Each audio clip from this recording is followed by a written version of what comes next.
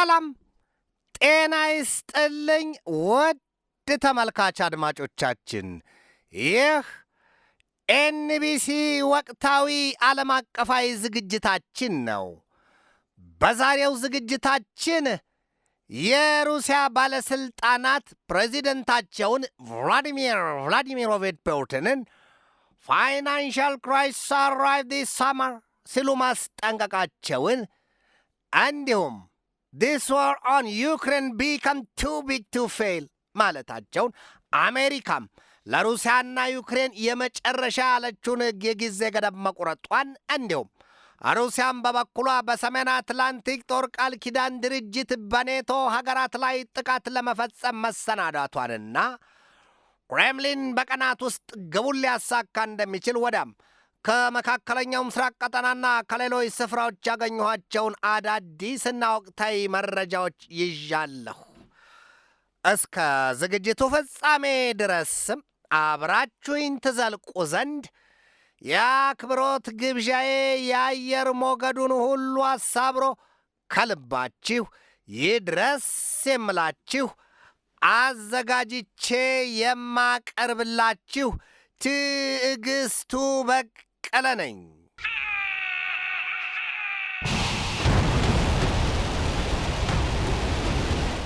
የምድርን ህልውና እንደ ጦርነት የሚፈታተን የለም ነው የሚባለው።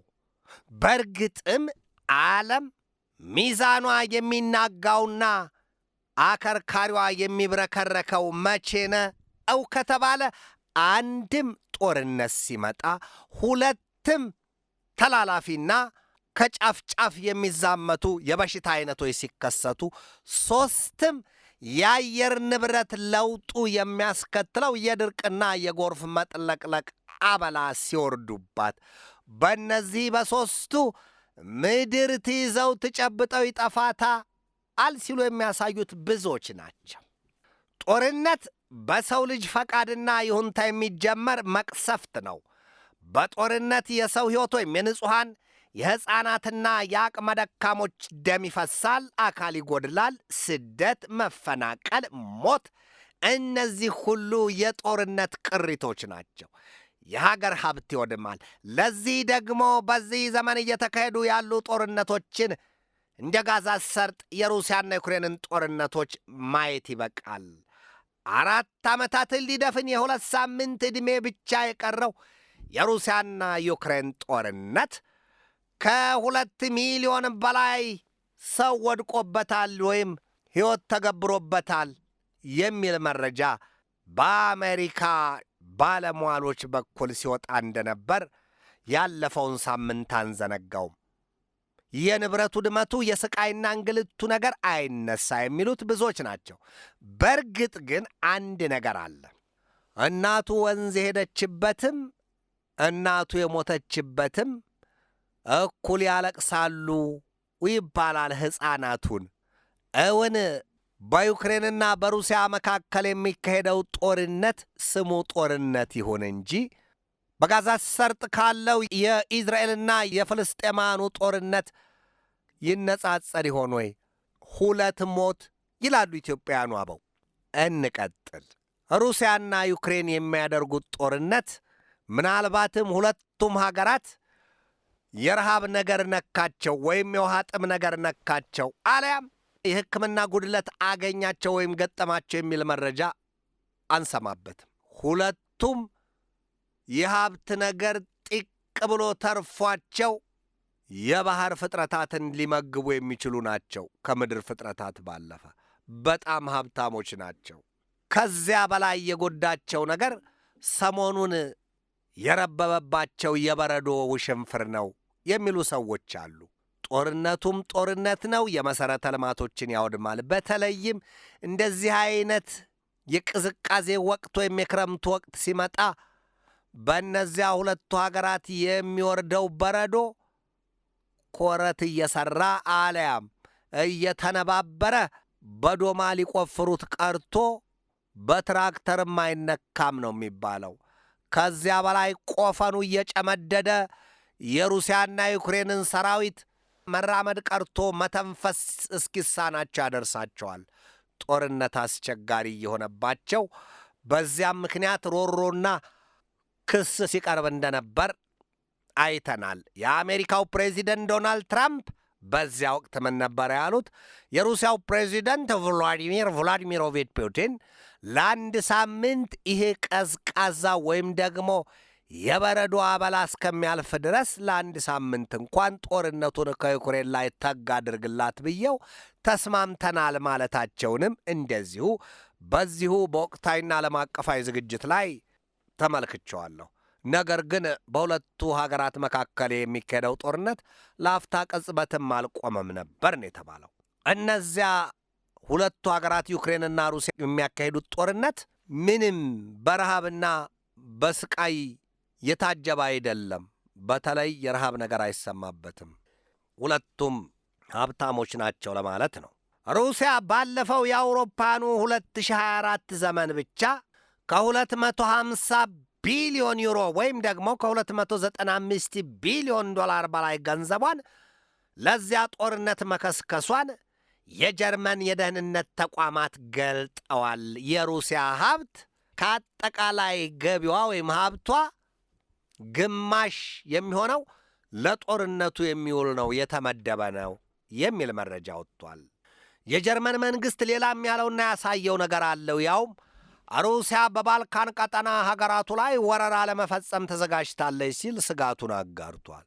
ሩሲያ የምስራቅ አውሮፓዊቷን አገር ዩክሬንን ያዘች። ከዚያ በኋላ አሁን ደግሞ የባልካን ቀጠና ሀገራቱን በዚያው አጎራባቾቹን ለመውረር ተዘጋጅታለች ነው ያሉት የጀርመን ባለሥልጣናት። ሩሲያ በሰሜን አትላንቲክ ጦር ቃል ኪዳን ድርጅት ወይም ኖርዝ አትላንቲክ ትሪቲ ኦርጋናይዜሽን በምህጻረ ቃሉም በኔቶ ሀገራት ላይ ጦርነት ለመክፈት አርያም ወረራ ለመፈጸም መዘጋጀቷንና በዚያም ወረራና ጥቃቷን በጥቂት ቀናት ውስጥ ድል ትቀዳጃለች ሲል የኢንዲፔንደንት ዘገባ ያትታል። የሩሲያ ኃይል እጅግ ግዙፍ ነው። እንደውም የትኛውንም ኃይሏን አልተጠቀመችውም። የመሳሪያዋን ይሁን የወታደሮቿን ኃይል አልተጠቀመችም። ምክንያቱም ገና ጦርነቱ የሚታቀደው በኔቶና በሩሲያ መካከል ነው። ምናልባትም ከዚያ ሲሰፋም የአሜሪካም ነገር አይታመንምና ምናልባት አሜሪካም ወደ ጦርነቱ ልግባ ካለች አይታወቅም። ታዲያስ ሩሲያ ኃይሏን መገደብ አለባት። ዩክሬንን እንዲያውም በጭላንጭል ብቻ እያየች ነው የምትወጋት ነው የሚባለው። በከፍተኛ ደረጃ ግዙፍ ኃይሏ ገና ቁንጥር አላለም፣ አልተነካም የሚል መረጃ ነው የወጣው። ሩሲያ በዚህ ወቅት በሊቱዋኒያ አቅራቢያ ግዙፍ የተባለ የጦር ልምምድ ይዛለችም ነው የሚባለው። በዚያ የጦር ልምምዷም የሊቱዋንያን ማሪጃፖል ከተማን ለመያዝ ማቀዷም ነው የተገለጠው። የሊቱዋኒያ አጎራባች የሆነችዋን በዚያው የሌኒንግራድ አካባቢ የምትገኝ ናት። ሌኒንግራድ በሩሲያ ስር ያለች ናት። አሜሪካ በበኩሉ 4 ዓመታትን በከፋ ጦርነት ውስጥ ላሉት ሩሲያና ዩክሬን ጦርነታቸውን ያበቁ ዘንድ የሰኔ ወርን የመጨረሻ ቁርጥ አድርጋ ማስመሯ ተገልጧል። መረጃውን የሰጡት ደግሞ የዩክሬኑ ፕሬዚደንት ቮሎዲሚር ዘለንስኪ ናቸው። ሩሲያና አሜሪካ የ12 ትሪሊዮን ዶላር የምጣኔ ሀብት ስምምነት ደርሰዋል የሚል መረጃም ወጥቷል። ይህንን መረጃ ነፍንፌ ደርሼበታለሁ ያለው የዩክሬን የደህንነት ኃይል ነው። እኔ ከሞትሁ ሰርዶ አይብቀል፣ እኛን ካልነካን ምን ቸገረን፣ ምን ተዳችን አይነት ነገር አለ ነው የሚባለው በሩሲያና በአሜሪካ መካከል። እንግዲያማ ትራምፕ እንዳስጠነቀቁት እንደፎከሩት ቢሆን ኖሮ ከ24 ሰዓት ባነሰ ጊዜ ጦርነቱን አስቆመዋለሁ። ያ ሁሉ ዛቻና ፉከራ እንዴት እንዲሁ የበለ ሊቀር ነበር? የለም ጉዳዩ ወዲህ ነው ይላሉ። በዩክሬንና በሩሲያ መካከል ያለው የመሬት የድንበር ጉዳይ ሳይፈታ እንዴት የሰኔ ወር የመጨረሻ ማብቂያ ይሆናል የሚል ጉምጉምታ በዩክሬን ባለሥልጣናት በኩል እየተራገበ ነው። ሕዝቡም ሳይቀር እያጉተመተመበት ነው። ዩክሬን ትለብሰው የላት ትከናነበው አማራትን በሆነባት ምኞቷ እንደ አውሮፓኑ አቆጣጠር በ2014 በሩሲያ የተያዘችባትን በሰባስቶፖል የምትገኘዋን የክራይሚያን ወደብ እነርሱ ክረም ይሏትን ለማስመለስ ምንም ጥያቄ የለንም። ሌባ ይዞ ዱላ ጥየቃ ነው። ታዲያ እንመልሳለን ብለዋል።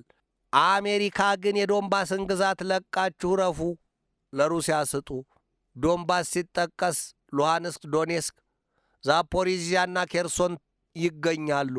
ስለዚህ እነርሱን ጥቅልል አርጋችሁ የውሾን ነገር ያነሳ ውሾን ስትሉ እንደ ሎጥ ሚስት ወደ ኋላችሁ ዞር ብላችሁ እንዳታዩ፣ አርፋችሁ ወደፊታችሁ ቀጥሉ፣ ራሳችሁን አውጡ ይላሉ የአሜሪካ ሹማምንት ፕሬዚደንቱን ዶናልድ ትራምፕን ጨምሮ። የቻይና ባለሥልጣናትና የጦር ባለሟሎች በበኩላቸው ይህንን ይላሉ። ዩናይትድ ስቴትስ ኦፍ አሜሪካ ዋንትስ a Russia-Ukraine peace deal by June. Hasty pressure is not beneficial for talks as territory remains main obstacle. የቻይና ታዛቢዎች ደግሞ እዚህ ጋር መጡና በቀረበው ቋያና ቤንዚን ላይ እሳት ለቀቁበት። ይኸው አሜሪካ ትልቅ መሰናክል ፈጥራለች። ይሄ የይድረስ ችኮላና ፍጥነት የመሬት ወይም የድንበሮቹ ጉዳይ ሳይፈታ ምን ማለት ነው ሲሉ ጠይቀዋል። እንደ ቻይናውያኑ ባለሥልጣናት አሜሪካ የጅብ ችኩል ቀንድ ይነክሳልን ሆናለች ነው ያሉት። በእርግጥም ቻይና ይሄንን ብትናገር ነግበኔን አስባለች። የታይዋን ጉዳይ ሳይፈታ ምን ይሉት ነው? ቻይናና ታይዋን ዲፕሎማሲ የሚባል ቋንቋ የሚያግባባቸው። የቻይናና የአሜሪካን ጉዳይ ስናነሳ በዚሁ የአሜሪካው ፕሬዚደንት ዶናልድ ትራምፕ የቻይናው ፕሬዚደንት ሺ ጂንፒንግ አሜሪካን ሊጎበኙ ነው ብለዋል። እርሳቸው ግን ትራምፕ ማለት ነው ወይዘሮ ሜላኒያን ምሽታቸውን ይዘው በቀጣይ ሚያዝያ ወር ቤጂንግ ይገባሉ፣ ይጎበኛሉ ቻይናን። በዚያ ጉብኝታቸውና በዚያ ውይይታቸው ስለ ንግድ ጦርነቱ፣ ስለ ታይዋን ደሴት ጉዳይ፣ ስለ ደቡብ ቻይና ባህር፣ በኢራንም ጉዳይ፣ በሩሲያና ዩክሬን ጦርነት በብዙዎቹ ዙሪያ እንደሚመክሩ ነው መረጃ የወጣው። እውን የቻይና ባለሥልጣናት ትራምፕን እንኳን ደህና መጡ ብሎ እጁን ዘርግቶ ይቀበላቸው ወይስ ሆዱን እያሻሸ? የዩክሬኑ ፕሬዚደንት ቮሎዲሚር ዘለንስኪ በበኩላቸው ከሲኤንኤን ጋር በነበራቸው ሰፊ ቆይታ ይህንን ብለዋል። they say they want to go everything done by June and they will do everything to end the war. they want to clear schedule of events. አሜሪካኖቹ በሰው ቁስል እንጨት ስደድበትናቸው እኮ ምን ነው እናውቃለን ብንናገር እናልቃለንን ሆኖ እንጂ በመሰለባቸው ንግግራቸው ዘለንስኪ የአሜሪካ ባለሥልጣናት ምን ተዳቸው ምን ቸገራቸው? ሰኔ ወር ጦርነቱ እንዲጠናቀቅ ብለው ቢያውጁ ቢናገሩ ቢያስጠነቀቁ ቢቆርጡ ምን ችግር አለባቸው? ለአፍ ኬላ የለውም። ቁስሉን የተሸከምነው እኛ ነን። መሬቶቻችንን እንድናጣ የሚፈረድብንም የተፈረደብንም እኛ ነን። ዩክሬን ናት። ስለዚህ እንዴት ተብሎ በሰኔ ሁሉም ነገር እንዲጠናቀቅ ይላሉ? ጦርነቱ በሰኔ ወር እንዲያልቅ ይላሉ። ይሄ ጦርነት ነው ወይ በሰኔ የሚጠናቀቀው? እንኳን እስከ ምድር ከሰማይስ ሌላ ኃይል ቢመጣ ይሄ ጦርነት ይጠናቀቃል ወይ? እንኪያስ ምን ቸግሯቸው ነበር ታዲያ? ትራምፕ 24 ሰዓት እኮ አስቆመዋለሁ ብለው ነበር ጦርነቱን። ስለምን ተሳናቸው? ዛሬ መልሰው እኛን አቁሙ 24 እስከ ሰኔ ወር ድረስ ብቻ ጊዜ ገደብ ሰጥተናችኋል የሚሉን በምንድን ነው ሲሉ ዘለንስኪ የውስጣዊ ምሬታቸውን አውጥተውታል። የዩክሬኑ ፕሬዚደንት ቮሎዲሚር ዘለንስኪ ማብራሪያ ሲሰጡ አሜሪካና ሩሲያ እኮ አሉ ከዩክሬን ውጭ ስምምነት ሊፈጥሩ ይችላሉ ሲሉ ስጋታቸውን አጋርተዋል። ባለቤቱ በሌለበት የሚያገባው ዩክሬንን እህስ ተደራዳሪና ውል ፈራሚው አሜሪካና ሩሲያ ሊሆኑ እንዴት ያለ ዘመን ነው! በገዛ ዳቦዬ የልብ ልቡን አጣሁት ይላሉ ኢትዮጵያውያኑ። ምን አይነት ውልና ስምምነት ሊፈጥሩ ይችላሉ? የዶንባስን ግዛት ሙሉ በሙሉ ውሰድ፣ ዶኔስክ፣ ሉሃንስክ፣ ዛፖሪዚያ፣ ኬርሶን፣ በ2014 የጠቀለልከውንም የክራይሚያን ወደብ ማንም አይጠይቃችሁም ውሰዱ ብለው ሊስማሙ ወይስ ምንን አማክለው ነው የሚነጋገሩት? ዘለንስኪ ግን ስጋታቸው ይሄ ድረስ እዚህ ድረስ ይዘረጋል፣ አሜሪካና ሩሲያ ይሄንን ሁሉ ያደርጋሉ እንዳይመስላችሁ፣ ይሄንን እናውቃለን ብለዋል። ከዚህ ቀደም አሜሪካ እውነትም ከዩክሬን ውጪ ከሩሲያ ጋር በዩክሬን ጉዳይ ብትስማማ ምን ያስደንቃል? አንድ ምሳሌ ይነሳል እዚህ ጋር። በአንድ ወቅት ሐውቲዎች ሲነጋ ሲመሽ የሚደበድቧት ኢዝራኤልን ነበር። ነገር ግን አሜሪካ ከኢዝራኤልም ጋር ሳትነጋገር ለኢዝራኤልም ምንም ፍንጭ ሳትሰጣት ከሐውቲዎች ጋር ሰላም ፈጥሬያለሁ ብላ ዜና አስነግራለች። የኢዝራኤል ባለሥልጣናት አከርካሪያቸውን ያቆሰለ ጉዳይ ነበር። ግን ደግሞ እንዴት ይናገሩት?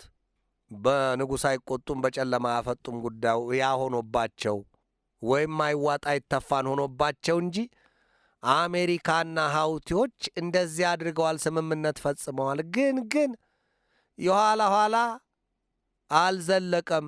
ሲሮጡ የታጠቁት ሲሮጡ ይፈታልን ሆኖ ሐውቲዎችም በአሜሪካም ላይ ጥርሳቸውን መንከሳቸውና ኢዝራኤልንም መደብደባቸውን አላቆሙም ነበር የሚል መረጃ እንደወጣ እናስታውሳለን። ዛሬም ስጋታቸው የዘለንስኪ ይሄ ነው። ዩክሬንን ምንም ሳትሰማ ምንም ሳታውቅ እንደ ቀደመው ዘመን የሰርግ ሥርዓት ልጅህን ለልጄ በሚለው በዚያ ስሌት የዩክሬንን ምድር አሳልፈው ሰጥተው ትራምፕ ሊፈራረሙ ቢችሉስ ብለው ስጋታቸውን ገልጠዋል። ማን ይታመናል? ልብ አይታመንም እንኳን ባልንጀራ ይላል ኢትዮጵያዊው ሸላይ። ዘለንስኪ እዚህም ጋር ሌላውን ነገር ያውጡታል። ቀደም ሲል የተናገርኩትን ሩሲያና አሜሪካ እኮ የ12 ትሪሊዮን ዶላር የምጣኔ ሀብት ስምምነት ላይ መድረሳቸውን የዩክሬን የደህንነት ተቋማት ደርሰውበታል። ምን ያለፋችኋል? እኛ እንዲሁ ነው እንጂ በፈርሱ የምናጓራው የለም። ሁለቱ ሀገራት እኮ ዩክሬን ስለመኖሯም ረስተውታል። ስለዚህ የ12 ትሪሊዮን ዶላር የንግድ ስምምነት ተፈራርመዋል። ነገር ካልሰሙት መቼም አይቆጭ ይላል ዘፋኙ። ይሄ ሁሉ መረጃ በእኒያ በሩሲያና ዩክሬን ጉዳይ የወጣ ነው። በሩሲያና በዩክሬን መካከል የሚካሄደው ጦርነት በመራዘሙ የተነሳ ግን በሩሲያ ውስጥ ተቃውሞና ነውጥ መበርታቱ ይነገራል። የሩሲያ ወላጆች በጣም በርካታ ልጆቻቸውን ማጣታቸውም እንዲሁ ይነገራል። ፑቲን የሟቾቹን ሩሲያውያን ቁጥር ይደብቃሉ ይሏቸዋል። አሁን ደግሞ ሀገሪቱ በከፍተኛ ደረጃ የምጣኔ ሀብቷ እየላሸቀና እየወደቀ መጥቷል ሲሉ ባለሥልጣናቱ እያጉተመተሙባቸው ነው። ሕዝቡም ጭምር እስከ ታች ድረስ ያለው ጉም ይዟል ነው የሚባለው። ፑቲንን የገንዘብ እጥረት ሊገጥማቸው ይችላል ሲሉ እያስጠነቀቁ ነው። ወደ ሰሜን ኮሪያ እንለፍ። ኖርዝ ኮሪያስ ሚሊተሪ ዊል ዋይደን ፋይቲንግ ፍሮንት ዲስ ይር። ኪም ጆንጉን ናቸው ይህንን የተናገሩት። ሰሜን ኮሪያ የውጊያ ብቃቷን ወይም ወታደራዊ ኃይሏን በዚህ ዓመት ታጠናክራለች ነው ያሉት። ኪም የኮሪያን ጦር ኃይል የምስረታ በዓል በተከበረበት አጋጣሚ ባደረጉት ንግግርም በዩክሬን ምድር ገብተው የተዋጉ ወታደሮቻቸውን አሞካሽተዋቸዋል። ኪም አሉ the country military will widen its fighting front። በቃ ያበጠው ይፈንዳ፣ ማን ይጠይቀናል? የውጊያ ብቃታችን እናሰፋለን፣ የጦር መሳሪያ ኃይላችንንም በተመሳሳይ እንለጥጠዋለን። ምን ችግር አለ? የቀበጡ ዕለት ሞት አይገኝም። ይህንን የሚፈልግ ካለ ይግባበት ነው ያሉት ወጣቱ የሰሜን ኮሪያው መሪ ኪም ጆንጉን። በመጨረሻም ወደ ወቅታዊው የኢራንና የኢዝራኤል እንዲሁም የአሜሪካ ፍጥጫ እናልፋለን። ባለፈው አርብ በኦማን ሚስካት የተደረገው የኢራንና የአሜሪካ የድርድር ሂደት ከንፈር የሚያርስ ጠብታ ውጤት አልተገኘበትም የሚሉት በርክተዋል። ነገር ግን አሜሪካም ኢራንም እንዲያው በግማሽ ምላሳቸው ጥሩ ነው፣ ድርድሩ ጥሩ ውጤት ነበረው ሲሉ ተናግረዋል። ነገር ግን ጉዳዩ ዶሮን ሲያታልሏት በመጫኛ ጣሏት ነው። ኢዝራኤል ይሄ ነገር አልተዋጠልኝም፣ አሜሪካ ይህንን ማድረግ ካልቻለች በኢራን ላይ ወስደዋለሁ ስትል ስትፎክር ስትዳንት የነበረውን እርምጃዋን ቶሎ የማትወስድ ከሆነ እኔ የተናጠል እርምጃዬን በኢራን ላይ ወስዳለሁ፣ መታታለሁ ኢራንን፣ የኢራንን የባለስቲክ ሚሳይሎችና የኒውክለር ተቋማቶቹን በሙሉ ነቃቅያ አውድማቸዋለሁ ስትል ኢዝራኤል ዛሬ ፎክራለች፣ አስጠንቅቃለች። እንደውም የኢዝራኤሉ ጠቅላይ ሚኒስትር ቤንያሚን ኔታንያሁ በቀጣይ ረቡዕ ወደ ዋይት ሃውስ ሊሄዱና ከትራምፕ ጋር ሊዶልቱ ነው። ትራምፕን አቋማቸውን ያስቀይሯቸው ይሆን? የለም፣ ትራምፕ በአንድ ልባቸው ፈርተዋልም ነው የሚባለው። ወዲህ ኢራን እገድላቸዋለሁ እያለች እየፎከረች እየዛተች እያስጠነቀቀቻቸው ነው። ሰውየው ምንም ቢሆን ሰው ናቸውና ማሰብ መጠንቀቁ ሳይበጃቸው አይቀርም፣ ሹማምንቶቻቸውም ሳያስጠነቅቋቸውና መካር ሳይገባቸው አይቀርም ነው የተባለው። መካር የሌለው ንጉሥ ያለ 1 ዓመት አይነግስ ሲሉትን እንዳይሆኑ ትራምፕ ቶሎ ብለው ፈጥነው በኢራን ላይ እርምጃ መውሰዱን አልፈለጉትም፣ ዘግየት አድርገውታል። ግን ኢዝራኤል ኢራን እንድትመታ በክራ ቆማለች። የለም በተናጠል ዶግ አመድ አደርጋታለሁ ስትል ተነስታለች ኢዝራኤል። እውን የፊታችን ረቡዕ ከነገ በስቲያ ማለት ነው፣ ብዙ ሩቅ አይደለም። የኢዝራኤሉ ጠቅላይ ሚኒስትር ቤንያሚን ኔታንያሁ ቢቢ ወደ ዋሽንግተን ዋይት ሃውስ ተጉዘው ከዚያች አገር ፕሬዚደንቱ ዶናልድ ትራምፕ ጋር ተነጋግረው የትራምፕን አቋም አስቀይረው በልበለው የሚል አዋጅ ያስነግሩ ይሆን? ጊዜን መጠበቅ ብቻ ነው። ውድ ኤንቢሲ ተመልካች አድማጮቻችን የዛሬን በዚህ ተሰናበትኳችሁ። ነገ በሌላ ርዕሰ ጉዳይ እጠብቃችኋለሁ።